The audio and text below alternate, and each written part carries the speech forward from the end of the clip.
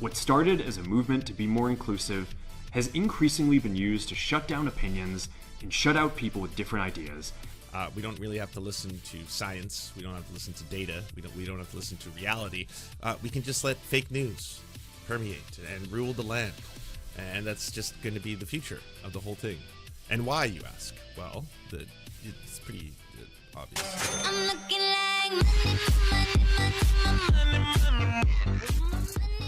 if you didn't know, Mark Zuckerberg, renowned tech leader of the Facebook, and now has changed it to the Meta, recently announced that he's going to be changing their policies on censorship and free speech, specifically as Donald Trump is coming into office. Weird timing that. Does kind of seem like the whole myth of the tech bros being woke liberals was a lie, and that they care just about profit and money and being in proximity to power. That seems to be more of the reality. But there's a new book about Elon Musk and billionaires and their brains, and saying that they're deeply unwell. An Elon Musk biographer has sounded the alarm that the world's richest man may be losing his mind. The Harvard law-educated biographer Seth Abramson speculated Monday that Musk might be going mad in a setting for all to see, brought on by his growing stress, history of mental illness, and self-described heavy drug use. I legitimately believe Elon Musk may be going mad. I'm a Musk biographer who has been tracking his online behavior for the last 2 years, and given that he's admitted to his mental illness, heavy drug use, and crippling stress, it is now reasonable to fear that he's deeply unwell. Abramson, 48, added that Musk's mental state could have consequences worldwide. His private struggles would not be of general concern, except they have been of dramatically public consequences. His holding across many civilization essential industries is the fact that he's the incoming POTUS, mean that his madness and increasing incitement to violence endangers us all. The biographer's informed warning, as he described it, comes after Musk went on a posting frenzy about British politics that has ruffled more than a few feathers across the pond. A tracking website says that Musk has averaged 62 posts daily for the last week. 62 daily. Damn. How can he post so much and not be a poster? He's still a reply guy. It appears that Musk's relentless posting and near constant presence near Donald Trump may also be annoying some MAGA world, including its leader.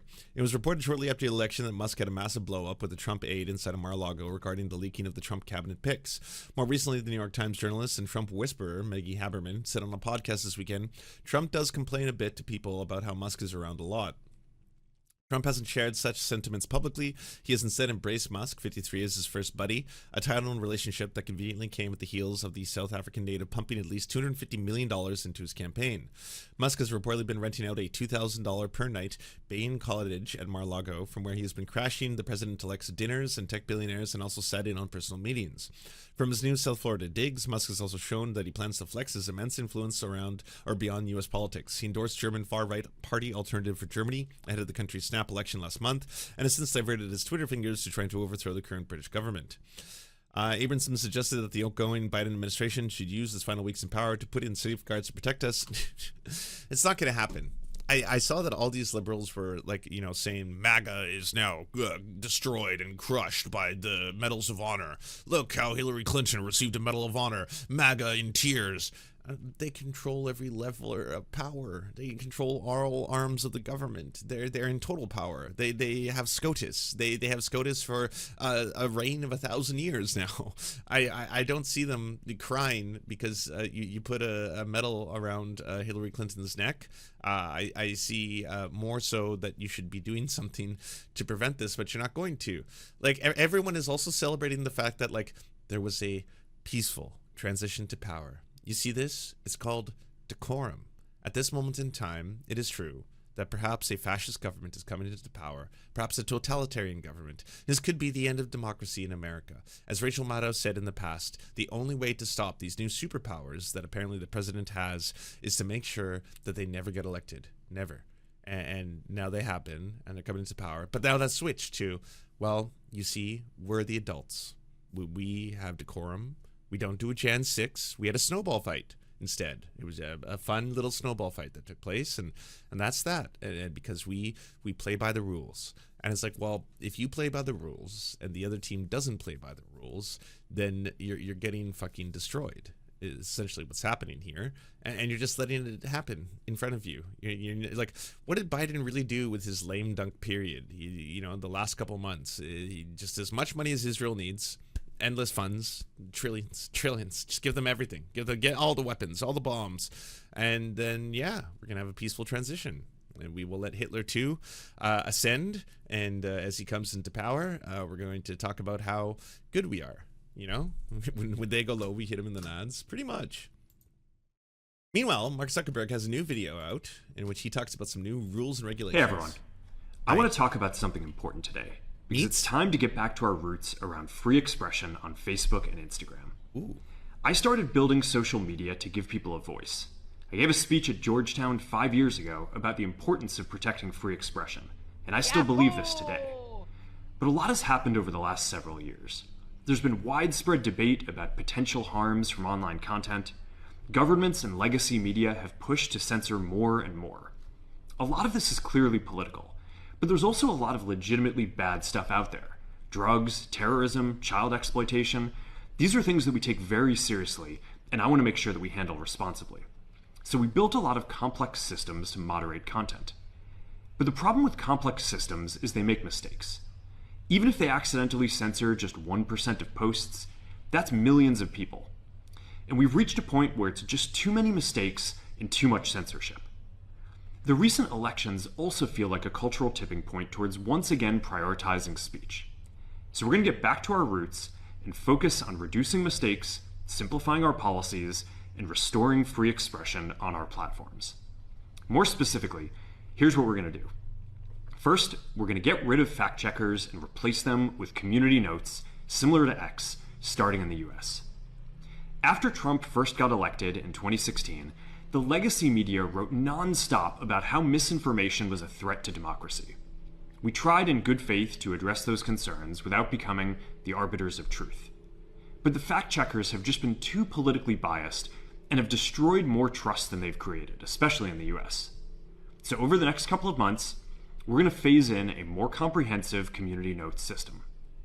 Second, we're going to simplify our content policies and get rid of a bunch of restrictions on topics like immigration and gender that are just out of touch with mainstream discourse. Very specific. Weird. I wonder why all this is happening now. Again, the tech bros will not save you. They won't. They're not a bunch of woke liberals. They're not just secretly wanting to make sure that, you know, they stand up for LGBTQ plus rights and they stand up for diversity and they stand up for minorities and all that kind of stuff. They stand for one thing and one thing alone: profit, money. They want more and more, as much as they can. What started as a movement to be more inclusive has increasingly been used to shut down opinions and shut out people with different ideas. See?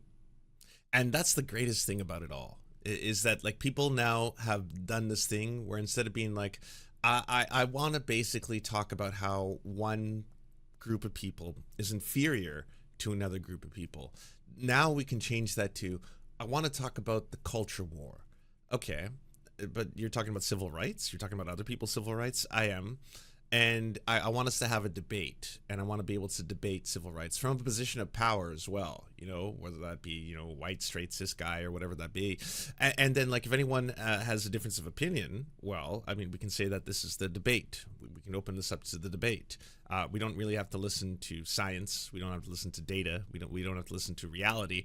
We can just let fake news permeate and rule the land. And that's just going to be the future of the whole thing. And why, you ask? Well, it's pretty obvious. And it's gone too far. So I want to make sure that people can share their beliefs and experiences on our platforms. Third, we're changing how we enforce our policies to reduce the mistakes that account for the vast majority of censorship on our platforms. We used to have filters that scanned for any policy violation. Now, we're going to focus those filters on tackling illegal and high-severity violations. And for lower severity violations, we're going to rely on someone reporting an issue before we take action. The problem is that the filters make mistakes, and they take down a lot of content that they shouldn't. So by dialing them back, we're going to dramatically reduce the amount of censorship on our platforms. The great thing is, at least, that within like North America, Facebook is kind of irrelevant. Like, not a lot of people use it. They did a good job of basically buying WhatsApp and buying Instagram. People still use that, and people still use Facebook in a lot of other countries. So, you know, they've got other markets for sure. But like, again, this is not really something where I'm like, oh my God, the rules and policies of the Facebook are changing. The platform I use the most. What will I do?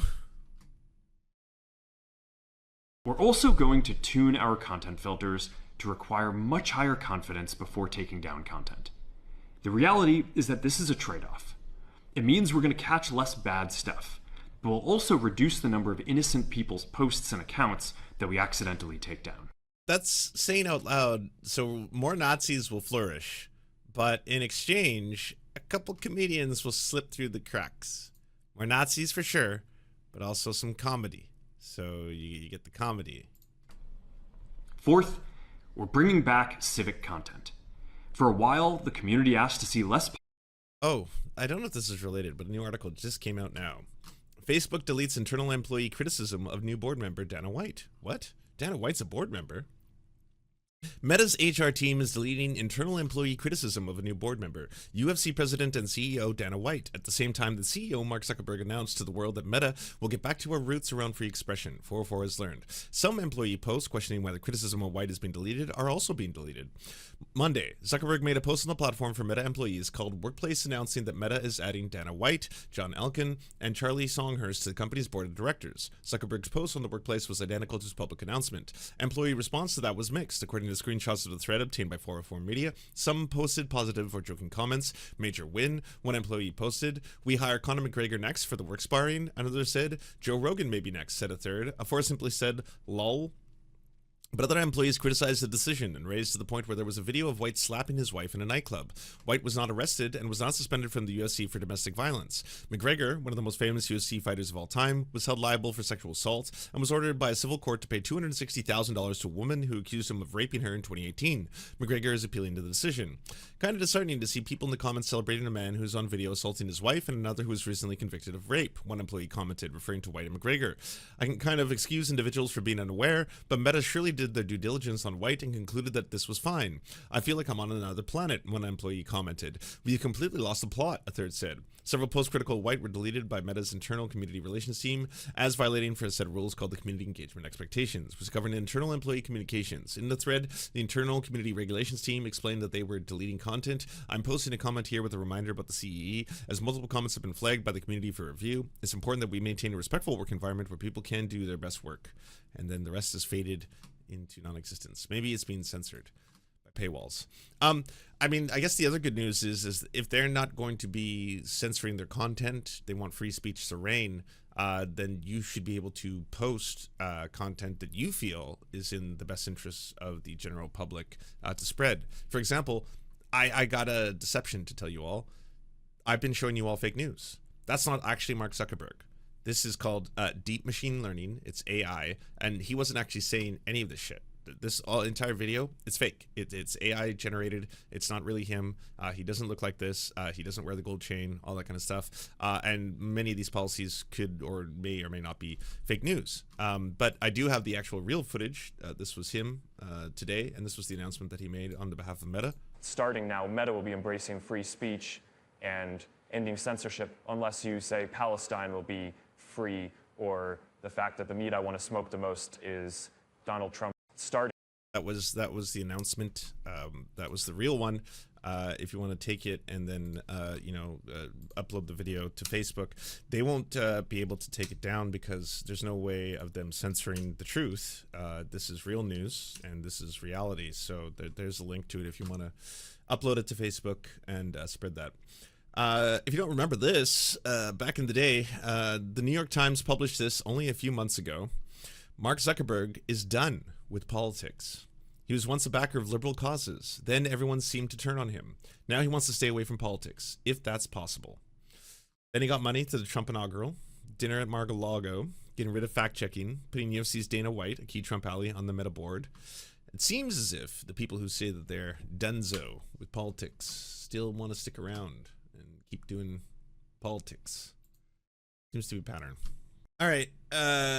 One last thing on the big tech stuff. Apparently, there's a list of comedians that have been making fun of Elon Musk very As successfully. Elon Musk and Donald Trump took in the new year, this is how they celebrated. Cartoon debate generations ago, but Elon Musk is helping to bring it back. Look at this graph. It shows the follower growth of this account over time. And many of those peaks that you're seeing are the moments when Elon Musk engaged with them over the last few years. A simple response from Elon gives a fringe account like this one access to millions of users, drawing greater attention to these destructive ideas and earning this account tens of thousands of new followers. This page is part of a larger network of race science advocates on Twitter. and this. His views have only gotten more and more extreme. He's been completely red-pilled. Or maybe, just maybe, he's been red-pilled all along. He didn't do he just bought, he didn't make the car. You know that, right? He bought into the company. He just like, his family had diamond, emerald money from like just whipping.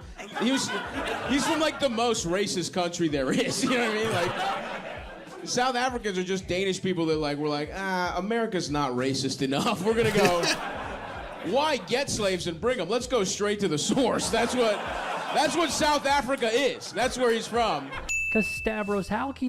I once sat in a call with Elon Musk when he first bought Twitter. It was a call for the big advertisers to reassure us that things would get so much better on the platform. Just 10 minutes into him talking, I was considered he was possibly one of the dumbest people I'd ever heard speak. Was that the call where he was trying to like out-engineer the engineers, where he was talking about stacks, and then he was like, well, if you were to take the other stacks and apply them to this one, we could perhaps coalesce that. And then the guy was just like, do you know what a stack is? What are you talking about? And then immediately he's like, get rid of him. I don't want to hear from him anymore. And everyone's like, oh, so he actually has no idea what the fuck he's doing at all. Believes it, and to be honest, understanding Elon's history, it's hard to argue against it. It is apparent that he's suffering from male pattern loss. Now, what we see here, the major clues are, number one, we're starting to see temple recessions. And the second thing is that he's not wearing his hair as long over his forehead anymore. And that sometimes we see people that are starting to have hair loss, they tend not to do that because the hair just looks like it hangs there. It doesn't look natural. So we're starting to see kind of an elevation of his frontal hairline if we look at the distance from between his eyes. I don't get why do people do this? It's like, I hate Elon Musk, but I'm like, I don't get the whole like, all right, so we're now going to surgery investigate this person. Look, if you can look at this and we can see the thing, and the thing is like, he's rich, you pieces of shit. He's only a few dollars away from solving all of his problems. It was a public, ours was a private space set up for advertisers only. It was a simpler concept, but still totally missed them. His entire response was that there was a clear PR answer about how Twitter is taking the transition seriously. Pause. But if you really think about it, my Twitter Blue subscription idea will revolutionize the platform and raise our revenue to where it's not been in a while.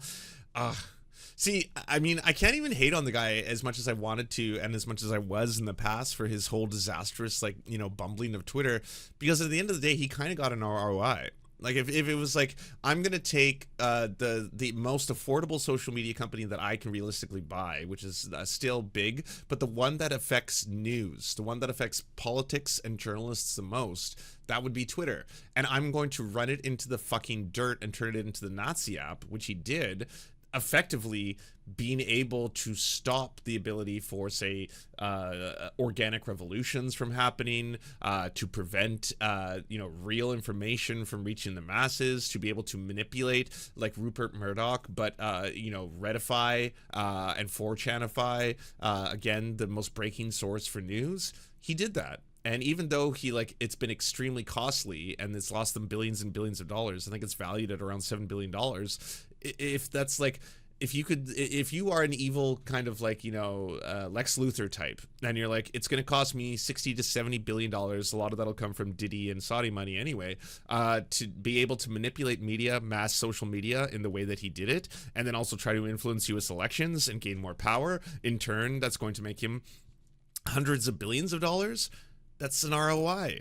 Like, as much as I want to make fun of the guy, he's winning. You know, it's like making fun of Henry Kissinger. It's like, he's dead, and it's like, yeah, but like he died of old age, not in a prison cell, not for his war crimes or human atrocities. You know, that whole thing. Frontal hairline, that started. It looks good. The plugs look good. I'll give him credit for that. But everything else, he can suck my on. on It's a fair point. If there is one thing Elon did well, it's not inventing companies or becoming the founder, Getting per VC. se, of Tesla. It's his hair. Elon Musk's medical Nah, it's company, VC. medical device company Neuralink, he is reportedly under federal investigation due to employee complaints regarding its animal testing, according to Reuters. Apparently, the Biden administration is hosting the incoming Trump administration at their homes for dinner, doing everything they can to ensure this goes easily for Trump. They've never cared about fascism and lied about fighting for us. The Dems are collaborators. Question: what has President Biden's team been like to work with during the transition? Wiles. White House Chief of Staff Jeff Zients has been very helpful. He has made great suggestions, helped to make sure that we stay on time with required functions, helped us navigate the labyrinth that is the executive office of the presidency, and has been very professional. He introduced me to the former Chief of Staff Club and even hosted dinner for Wiles and the former Chiefs at his beautiful home. Yeah. You know, the thing about all this is that, like, I just hope people stop falling for it in the future, because, like, you've exhausted all of your capital to be like, my opponent's a fascist, he's Hitler too, this is incoming fascism, dictator day one, quoting Mein Kampf, we have to stop him at all costs by voting. We can vote him away. And then when you didn't succeed, it's like, oh, okay, well, we have decorum. Yes, we're better than them. I'd like to hold my head on high, and Nancy Pelosi can count her fucking fat ass stacks, and she's making more money now at the stock market than ever before, and she apparently was one of, if not the leading member of government that actually made the most amount of money in her stock decisions, which again should be illegal, but they don't care. They did, like, to them it's just like, well, yeah, he's bad, he's gonna do some bad shit, but it won't affect me. It'll affect the poors, and so enjoy that. Workers claiming rush testing is leading to unnecessary results here. Just wonder what the animals are saying. And here was another really bad moment on top of many for Elon Musk. the tunnel. What the is that? We're gonna. That's awesome, dude. You just have to have an accent people can't place, and they think you're smart. That's actually true. It sounds like he's got like 4 different accents colonizing each other at all times, and that's enough for people to be like, oh, this guy's a genius, the world's smartest human. Yes. And like, I watched years ago, by the way, before Elon Musk was like the Nazi supervillain, back when he was like beloved by progressives and liberals as being some kind of like electric car saving genius, and he was on Joe Rogan, and Joe Rogan was just mind blown by all the things he was talking about. It's like, in the future, AI will determine many vectors of what we consider to be our collective matrix. And that was enough for Joe to be like, whoa, bro, what the fuck? Holy shit, I'm talking to the future. And I was like, what? This is the kind of stuff that you can get off the back of a cereal box. Are you fucking serious right now? This is impressive to you? This sucks. He's not a genius. He read some sci-fi. That's all this is. Didn't he just like kill monkeys? Didn't he just put like? He tried to put computer chips in monkeys' brains. That's awesome. That's like he's not. That's just like. That's what a stupid person thinks smart people should do. You know what I mean? That's so true. What are you gonna do, Mr. Super Genius? Oh, I've got it, you see. I will put chips in the minds of monkeys. Won't that kill them? By the thousands! Ah, but one shall live, and then you'll see. That's like from sci-fi from 40 years ago. He's like... Would any of you do that? Would any of you put it? That's so funny. I bet you there's guys who wouldn't get the vaccine that would love an Elon chip in their brain. That's not even, that's like, you know what's so sad about this? This isn't even a joke. Like, they were falling over each other. Do you remember when he was like, human trials would begin or whatever, posted that on fucking Twitter? Just the flood. Me, Elon, oh my god, you can literally sleep with my wife if I get the opportunity to put the fucking microchip in my brain, blah, blah, blah. Every one of those was the same accounts that were like, fucking anti-vax, unvaccinated cum ladies, do you want some? Yeah, the pure shit is here and all that kind of stuff. And you're like, oh my god, Oh my God. Like, I knew this. I knew this. It's like the same fucking, the dudes who would be like, yeah, I'm super anti-vax because I don't like to put toxins in my body. By the way, I'm going to go to Burning Man for a fucking month and rail ketamine off toilet seats. But yeah, when I come back from that, I'm going to be so enlightened and make sure that I don't put any toxins inside my, like, the fuck, dude? Come on. Come on. Come on. The man, the myth, the legend, Stavros Halkias is on tour starting in February. Go to www.stavy.biz, B-I-Z, to check out his tour dates. Check him out on Instagram under the handle StavyBaby2, that's 2 V's again, and on... He's funny. I'll grant him that. Hey, by the way, Mike is back. He's not on vacation anymore. He's making new videos. Do you ever just stop to think about how insane it is that we live in a world where there are people sleeping on the streets in this country and literally starving to death, yet we allow billionaires to exist? Yes. I mean, if every billionaire was lucky enough to live to be 1,000 years old, they couldn't feasibly spend all of that money. And worse, we allow these billionaires to buy media companies so that way they can manipulate. This was the argument I was having with Lizzo on Blue Sky, one of the early Blue Sky moments. It was delightful. I don't know if she saw them. I hope she did, but like, you know, I was kind of skeet ratioing her with some responses because she was starting to open up and start to be like, okay, I get that there's bad billionaires, but what about the good billionaires, the ones who do good things? And I was trying to be like, there's not really such a thing. They can't exist. You can't accrue that much money. You gotta, like, it's really hard sometimes because it's just one word. You hear the word billionaire and you just think billionaire, one word. Yeah, so the hard workers. And it's like, you gotta fathom just how obscene that amount of money is. I'm not talking about the richest billionaires. I'm not talking even about the people who have $200 billion and amounts of money that can stack into space, right? I'm talking about to have $1 billion. We're talking more than $999 million. You could live comfortably for the rest of your life off $10 million. You could do it off $5 million. If you invest that properly, you buy a couple subways, you fucking, you know, have a property or two, you will be fine forever. Forever. You could just live comfortably and you never have to work again for the rest of your life. People who have $20 million, people who have $40 million, $50 million, $100 million. Are you serious? You're at you can buy islands and yachts and that kind of shit. You are obscenely wealthy at that point in your life. 500 million? Are you kidding me? If you have $500 million, you can own fucking small nations. Like at that point, 750 million, 800 million, 850, $900 million. And still, we are not at a billionaire yet in terms of the shit that you could do forever. Forever. This is if you're evil, by the way. If you happen to be good and benevolent, the amount of good you can do with that much money is unreal. Unreal. You could change the world for the better so much with that much money. And I'm still not at a billionaire. I can go up to $995 million. You can have 995 piles of $1 million.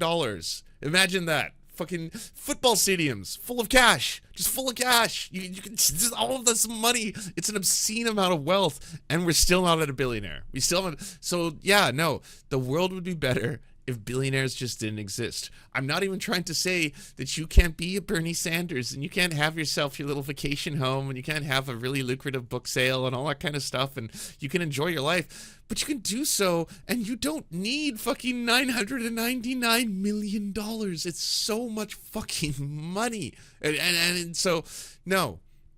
Outside of the inheritance, outside of those who inherited, and if they inherited, they're inheriting blood, by the way. They're just inheriting the suffering of tens of thousands of other people. But outside of the fucking the Nepo babies and the inheritance ones, to be able to generate $1 billion requires you to extract the labor of thousands and thousands of other humans along the pathway, and they need to suffer to a certain extent for you to be able to accrue and accumulate that much money. Maybe the exception can be a couple of the crypto bros who just randomly got in at the very bottom floor and suddenly have $1 billion because they decided when they were really high on PCP to buy a bunch of Bitcoin, and then all of a sudden it's like, oh, what? Oh, fuck, I gotta find that wallet. I'm a billionaire. Fine. Outside of that, the people who generate it through this typical capital system, yes, you have to exploit thousands and thousands and thousands of people to make that much money. So there's not such a thing as a benevolent or good billionaire. And even for the ones that are considered the benevolent and good ones, they're evil as fuck on some level. Bill Gates, terrible human being. That Elon Musk used to be like one of the golden boys of being like the good billionaires, being like, oh, he's changing the world. He's inventing, the electric car and all this kind of stuff. No, he's doing horrifying things. Give him the opportunity, he'll go full Nazi. And look where we are. The way that we think. Hot take, but, maybe we shouldn't allow that to happen. Now, the last couple of months have clearly demonstrated how these oligarchs have accumulated too much power. If you weren't already convinced of that, these last couple of months should have convinced you, because they're now destabilizing entire countries, and in some instances they literally pose a threat to international peace and stability, which is not hyperbole, because the world's richest man, Elon Musk, met with an Iranian official on behalf of Trump after his victory in November. And while I'm relieved to know that it was reportedly an attempt to ease tensions between the two countries, nobody elected Elon Musk to do that. And if Trump is serious about pursuing peace with Iran after escalating with them all throughout his first term, that's awesome. I appreciate that. But I don't know, maybe choose someone who's not a ketamine-addicted dipshit to talk to them? We shouldn't have to worry about things going south if Elon Musk finds out that the Iranian that he was talking to tweeted something negative about Teslas or something. And not to be that guy, but this meeting might actually be illegal, since the Logan Act prohibits private citizens from negotiating disputes with foreign countries on behalf of the United States. The problem is, who's going to stop him? He's the world's richest man. What are you going to do, find him? He's really giving ketamine a bad name. He gives everything a bad name. Ketamine, gaming. God damn it. Fucking enjoying the sexual pleasure of other people. Like, all of it. He makes it all weird and terrible. Everything's got to be about fucking birth rates and impregnation and fucking economics and fucking Diablo 4 bot farming. And he just ruins all the best things in life. Prosecute him. This man has the power to end the political career of any politician in every country on earth. Space travel. One of the most badass things of all time. He gives humans a bad name. I agree. He's untouchable, basically. And therein lies the problem with billionaires. In a capitalist system, wealth equals power. And billionaires have acquired so much wealth that they are as powerful, if not more powerful, than countries, including the most powerful country on the planet, the United States of America, as evidenced by the fact that... Ooh, I like, if you want to have some fun, you want to really rack your brain, you can use a chat GPT to do this, or anything that actually can aggregate information. But look up investment firms, the top 10 investment firms, the top 10 investment firms in the world, many of whom, most of them are actually located in the United States, the vast majority of them. Look how much capital they play with. The top 10 this is just the top 10, by the way. There's thousands of investment firms globally, but the top 10 investment firms in the world control combined about 44 trillion with a T, $44 trillion worth of assets. 44 trillion. Now, if you are to take every single country in the world and exclude the United States, China, and Japan, there's some pretty powerful big economies there, but all the rest, every other country in the world, what's their combined GDP? They're very close. It's about 56 to 60 trillion dollars. That's just the top 10 investment firms in the world control $44 trillion to about 56 to 60 trillion dollars. We're talking about almost similar amounts of control in terms of capital investing and power as the GDPs of nearly every country combined, the exception being China, the US, and Japan. That's wild. Because if you want to talk about oligarchies, if you want to talk about the ultra rich, the ultra wealthy, the ultra powerful, that's just looking at the top 10 investment firms in the world. The problem being is the top 10 investment firms in the world also are heavily invested by the world's billionaires, 2,000 of whom live in the United States, and they put a lot of money into these investment firms who then cross-collaborate. It's very incestuous with a lot of their own companies and corporations and stuff like that, and this is how you get the ultra elites. We're talking about the actual people who control the world, the actual companies who control the world. it's before your eyes. You don't need to have conspiracies. You don't need to get anti-Semitic. You don't need to talk about the lizard people. You don't need to do any of this kind of shit. You can just look at the numbers, raw as they may be, and realize this is why they get to influence a lot of decisions that go on in these countries. They have hundreds of billions of dollars in the military-industrial complex. They have tens of billions of dollars in liquor sales. They have billions and billions of dollars in tobacco. Like, a lot of things that might be damaging to society, a lot of things that might not actually benefit everybody. They put a lot of money into it. This is why a lot of these things feels frustrating sometimes. Why is it when the will of the people are so against an idea, but it seems like the politicians aren't listening to them? Why is this happening the way it is? How does this work? Why is capitalism doing this thing? That's all you got to look at. And then all of a sudden it's like, oh God. Elon Musk just bought this government. And these billionaires pose a direct threat to democracy. And I don't think that we've grappled with how bad things are going to get if we allow rich people to just continue to buy off governments, not just here, but around the world. And it's not just Elon Musk, obviously. The billionaire owners of the Washington Post and Los Angeles Times. Yeah, I don't know who this person is. Milcom the King, just going off about Africa and food. Stop giving Africa free food. Doing so destroys their farming and agricultural sectors. Well, what about buying the food off the African farmers and then distributing that food using the money and wealth of billionaires? If you're so upset about people in African countries getting free food, I don't see why this is a real point of discussion.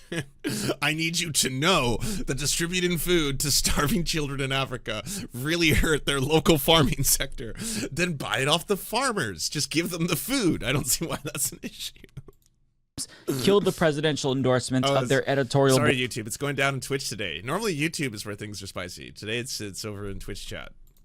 Boards last year, and a cartoonist for the Washington Post resigned after an editor refused to publish her depiction of the paper's billionaire owner. This is so fucked up. I can't believe this just happened, by the way. And this was enough for them to be like, ooh, no, we got a 1984 year comedy. This is a little too much. Owner Jeff Bezos groveling before our incoming fascist president. And the problem is that we're dealing with oligarchs who aren't elected. They have all this power, but they're accountable to no one. We can't vote them out of the power that they have. They just always have it, and we have to deal with it. So when one of them publicly crashes out online and starts calling for the overthrow of governments and openly questions if America should invade its own allies, maybe it's worth thinking about the implications of us allowing this system to continue to operate in this way. Like, how did we get to this point? It's something we all might want to explore. Now, I'm of course talking. That's a fair take, but the agricultural industry in Africa is too small to feed its population. So you can combine the two things. You realize this, unless you want people to starve. It's quite simple. If you're worried about destroying the local farming industry, you can buy the goods off the local farmers to feed the people, and then for the initial amount of people, or sorry, I would say the surplus of people that need feeding, you can then feed them outside of the amount that is produced by the farmers. You can save the agricultural industry while at the same time feeding people who are starving. I think that there's a solution available to everybody there. You don't have to just be like, it's impossible. We have just no way of doing this. We can't do it. We can't do it without destroying the farmers, and we can't do it without providing enough food because we don't produce enough food to be able to feed the people. About Elon Musk. He asked his followers on Twitter whether or not America should, quote, liberate the people of Britain from their tyrannical government, to which a majority answered yes, because of course.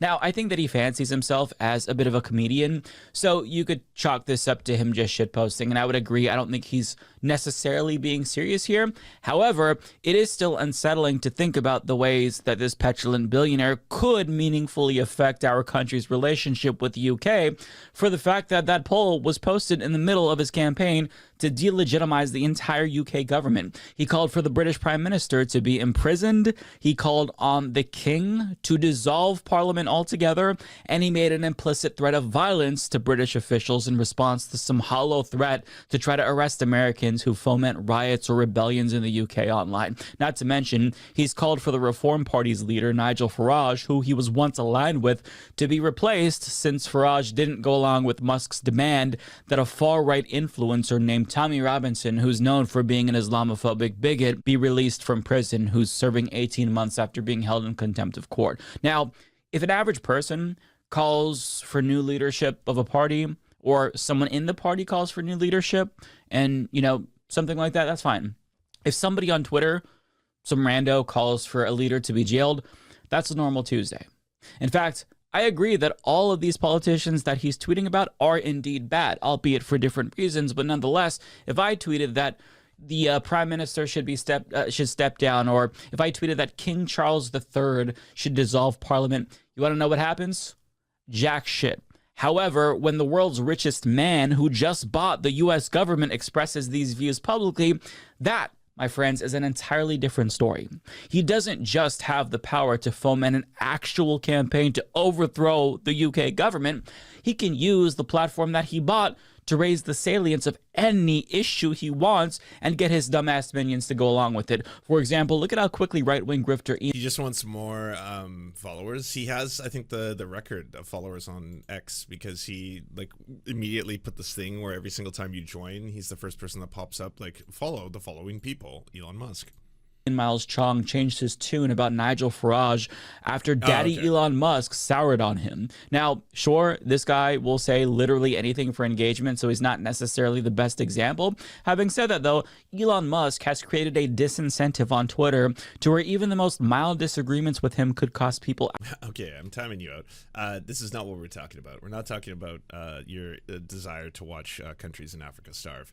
If you want to solve it, I'm not the person to talk to. I don't have a feeding hungry children initiative. You could look into organizations that are doing that. Actual money, so it behooves everyone on this platform, if you want to be prominent, to parrot whatever he says and never disagree with him, so that way the gravy train keeps rolling in.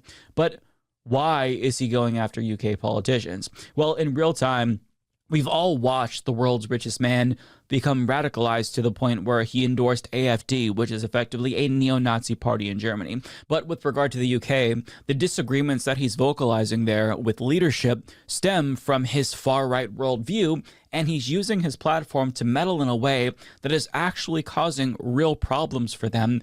And when I say causing real problems, I mean he is causing people to send threats to public officials based on bullshit that he is spewing. So here's why he's making the posts about them. CNN explains, quote, "For days, Musk, the world's richest man and the owner of X, has used his social media platform to dredge up a years-long scandal over historic child sex abuse in parts of England. In a 2014 report, it was revealed that about 1,400 children had been abused by gangs of men in the northern English town of Rotherham between 1997 and 2013. The far-right has long capitalized on the scandal, pointing to the South Asian ethnicities of the majority of the gang's perpetrators. Starmer's government recently rejected a national inquiry into the gangs, citing a string of existing inquiries into the issue and a 2022 report, the findings of which are still being implemented. Musk has accused Starmer of being, quote, complicit in the rape of Britain for failing to thwart grooming gangs while he was director of public prosecutions. Starmer staunchly defended his record as head of DPP on Monday, saying he changed the entire approach that had stopped victims from being heard and had the highest number of child sexual abuse cases being prosecuted on record. Now, where things really got ugly was when Elon Musk specifically went after safeguarding minister Jess Phillips for refusing calls like Keir Starmer for a public investigation. And he attacked her and made it seem like she was complicit and called her a rape genocide apologist, which is ironic coming from him since he supported a rapist for president in the American election who's buddy-buddy with Jeffrey Epstein, and Elon Musk himself supports the Gaza genocide as we speak. So he's everything that he says she is, but I mean, putting aside his hypocrisy, this attack on Phillips led to her being threatened and harassed. So what is basically happening is the British far right is exploiting tragedies around the country to attack immigrants and or Muslims, and Elon Musk then amplifies their claims since he's aligned with them, and he makes matters exponentially worse. It's like how Marjorie Greene initially blamed the terror attack on New Orleans on an undocumented immigrant despite having no evidence, and it turns out the dude was from Texas. Also, right-wingers claim, you know, every mass shooting is the result of a trans person before we know anything about the suspects. So they try to use these tragedies to push their agenda. The far right exploits pain and suffering to push their own agenda. And Elon Musk doesn't just hop on those bandwagons, he amplifies those claims and subsequently turns them into national stories that gets the government to respond immediately because they start being personally threatened, as we're seeing now. And again, we're talking about Elon Musk here. We're not talking about any Tom, Dick, or Harry. If Steve from London chooses to tweet about this, that's different than the richest man on the planet with one of the largest social media platforms tweeting about this and demanding specific action and calling for the government to be overthrown. It's causing real problems, as this Finnish student pointed out in a now viral post, which reads, Elon Musk is rapidly becoming the largest spreader of disinformation in human history, hijacking political debates in the process. The EU must take action. Now, Elon Musk responded by calling him the R slur. Wouldn't write fuck, but he wrote the entire slur because, of course. And mind you, a week earlier, he encouraged people to post a bit more positive, beautiful, or informative content on this platform. So it's going well, as you can see. But I mean, which is it? Should we be nicer, or should we attack people and call them slurs? Which slurs? You can't say cisgender, that's a slur according to him, but you can say the whole R word and that's A-okay. But don't say fuck. It's just so fucking stupid. And whatever is the policy depends entirely on how Elon Musk is feeling, because as we've learned, he bases Twitter policy literally on what works best for him. As this person pointed out, I'm so fucking done with Navarra. Are they still shitty? Like, I know they had just one commentator. I felt like they were the same situation as TYT, where one person was kind of basically doing the whole, like, oh, we need to stop, supporting trans rights because it's not a winning issue, it's not a working class issue, and that it's blah, blah, blah.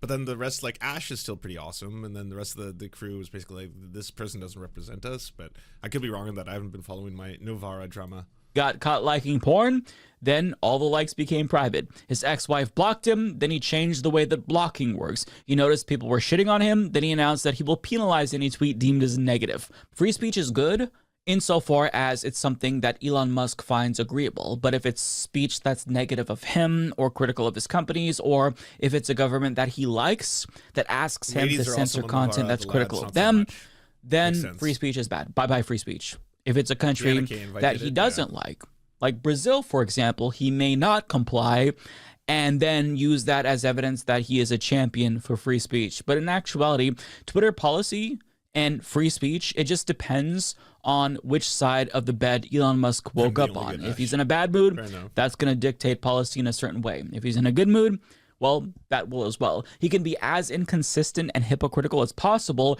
and there's nothing any of us can do about it because he owns the platform. So we're all subject to his whims. And if you try to escape the platform, well, he also bought our government. So there's really no escape from this petulant, narcissistic man-child billionaire. And a different story that I want to touch on with Elon Musk illustrates this point perfectly. So to give you some background, there's a popular account on Twitter run by a guy named Adrian Dittman, who many people suspected was a sock puppet account for Elon Musk.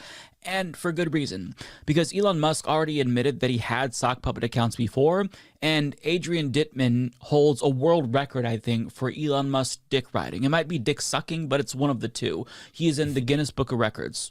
Look that up. I'm kidding. But anyways, I think that a lot of people assume that this guy was clearly Elon Musk because he was factually incorrect. It goes Ian Miles Chong, the Krasensteins, and then Adrian Dittman.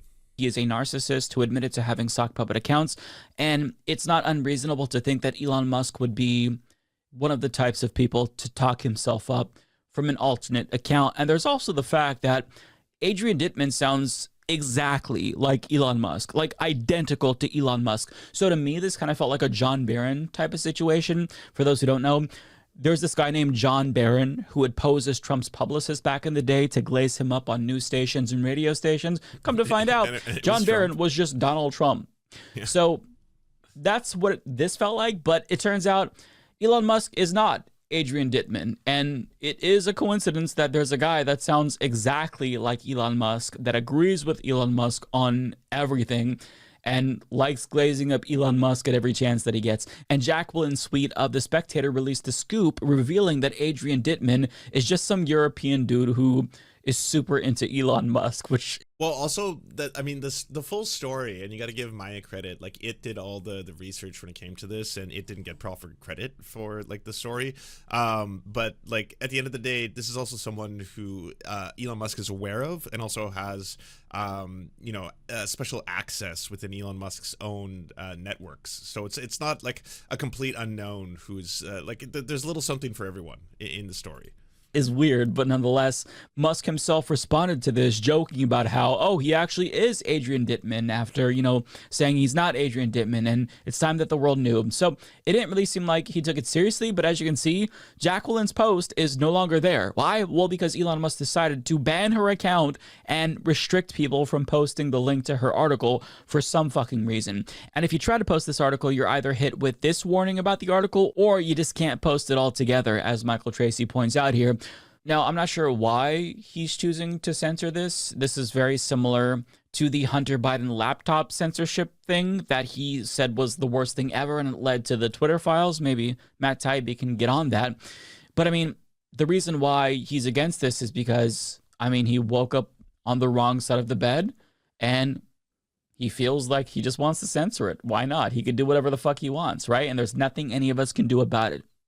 And maybe he liked the speculation about him being Adrian Dittman. I don't know, who cares? But it should concern everyone that what is and isn't permissible on a massive social media platform depends entirely on one person who is erratic and moody. I mean, what if he goes down some anti-vax rabbit hole next or starts calling for wars, He's already done but that. unironically? It's not just a scary thought because he has a platform he can use to manufacture consent for virtually any policy or war that he wants, but he also bought our entire government and has actual influence over the most powerful people on the planet and is one of the most powerful people on the planet because of his wealth. So, to bring it back to my original point about billionaires, maybe it wasn't smart for us to design an entire economic system around letting people accumulating as much wealth as possible and encouraging that. Sure, you know, it starts with mansions and yachts and sports cars and whatever, but eventually they get bored once they have it all, and they then become addicted to growing their wealth. And pedophilia, it seems. That was kind of the problem with the Epsteins and all that shit. Too many of them. Too many. I bet you already drink coffee and love coffee, but you're probably worried if your coffee has blood in it.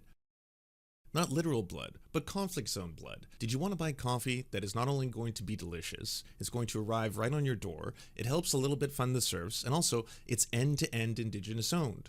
That's why I partnered with Solstice Coffee, and hey, if you order by going to serfscoffee.com, they even include a free sticker, which is pretty awesome. So there's really no reason to actually not replace the coffee you already drink with delicious ethical coffee. That's why you should check out serfscoffee.com. Hey, if you'd like to unlock secret bonus episodes as well as uncensored content, go to patreon.com/theserfs. This show is produced by Anna Loves Riley, Arian McCarthy, Cheryl Alvarez, Comrade Junkie, Doug Caddy, Everything Important, Hagbard Celine, Jimmy Sombrero, Multimondi, Omni, Political Puppy, Preston Kroll, Kawhi185, Riley and Anna, Roller Dragon, Cernicus, Stellar Gwyn, Sebastian Demel, Travis McClinton, Trincell, Words Greenwood, with additional support coming from all of these amazing human beings right here.